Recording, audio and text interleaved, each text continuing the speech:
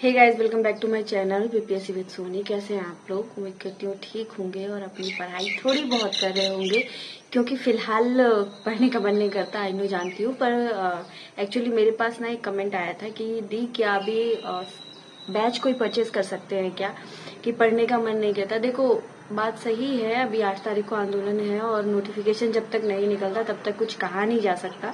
ये भी बात सही है, लेकिन हम इस चीज को सोच के पढ़ना छोड़ दें, ये तो गलत है ना।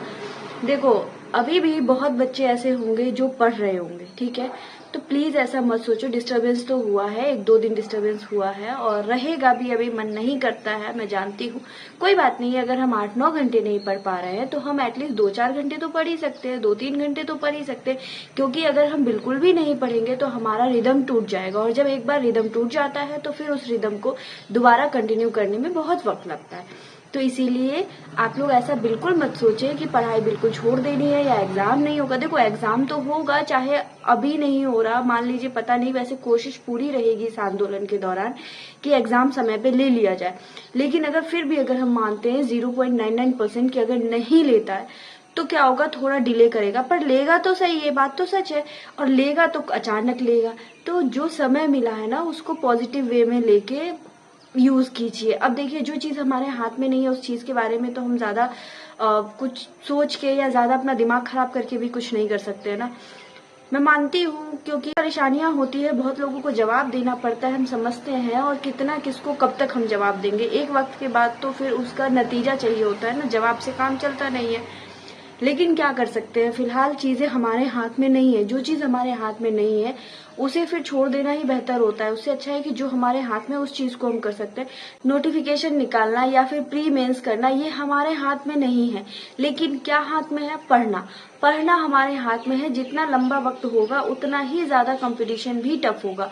तो अगर आपको अपनी तैयारी को धार देना है तो यही वो समय है जब आप अपना पूरा 100% दो। और सबसे पहली बात तो मैं ये कहूंगी कि फिलहाल जब तक के लिए नोटिफिकेशन नहीं आता है, आप लोग प्लीज कोई बैच परचेज मत कीजिए।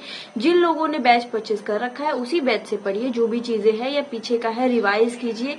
कुछ चीजें हैं जो नहीं बदलती, जैसे कि हिस्ट्री है, ज्योग्राफी है, इन सब चीजों के नहीं बदलेंगे क्वेश्चंस, ये सब वही रहेंगे, उसी पैटर्न पे रहेंगे, ठीक है।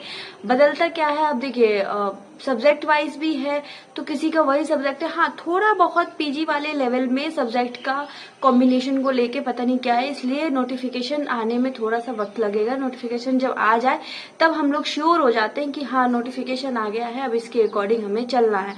चूंकि ये लोग इतना चेंजेस कर रहे हैं ना, इसलिए थोड़ा सा मन में डाउट है, अदरवाइज वैसे कोई डाउट नहीं था। वैसे हम लोग चाहते तो लेके पढ़ सकते थे, पर जब इतने दिन नहीं लिया आप लोगों ने, तो जिन्हें नहीं लिया वो प्लीज अब मत लीजिए। अब थोड़ा सा 8 मई 9 मई तक का वेट कर लीजिए, क्योंकि 8 मई को है आंदोलन, उसमें देखिए कि क्या निकल के आता है, फिर उसके हिसाब से ले लीजिए। तब तक के लिए यूट्यूब पे बहुत सारी वाईटी पे सेशन मिल जाएंगे आपको, आईएनएम के मिल जाएंगे, ज्योग्राफी के मिल जाएंगे, करंट अफेयर के मिल जाएंगे, मैथ्स के मिल जाएंगे। इन सब चीजों को आप प्रिपेयर कीजिए, और जिसका जो सब्जेक्ट है उससे रिलेटेड, साइंस के भी मिल जाते हैं, तो उससे रिलेटेड आप तब तक उस वहां पे से कर सकते हैं। और बुक्स है, बुक्स से पढ़िए। कुछ चैप्टर ऐसे हैं जिसके क्वेश्चंस हमेशा रहते हैं, चाहे वो जीएस जीके में हो या फिर सब्जेक्ट वाइज हो। सब्जेक्ट वाइज होगा तो थोड़ा डीपली आता है, जीके जीएस है तो उसमें आता है। तो इस तरीके से आप चाहो तो अपनी तैयारी कर सकते हो और इस समय को अच्छे से यूटिलाइज भी कर सकते हैं। सब लोग मन लगा के पढ़िए। और देखिए, मानती हूँ कि थोड़ा सा डिस्टरबेंस तो हुआ ही है, और मन लगा के पढ़ना कहना बहुत आसान होता है, लेकिन इंसान पढ़ नहीं पाता, क्योंकि मैं खुद भी प्रिपरेशन कर रही हूँ, मेरी खुद की भी हालत वही है।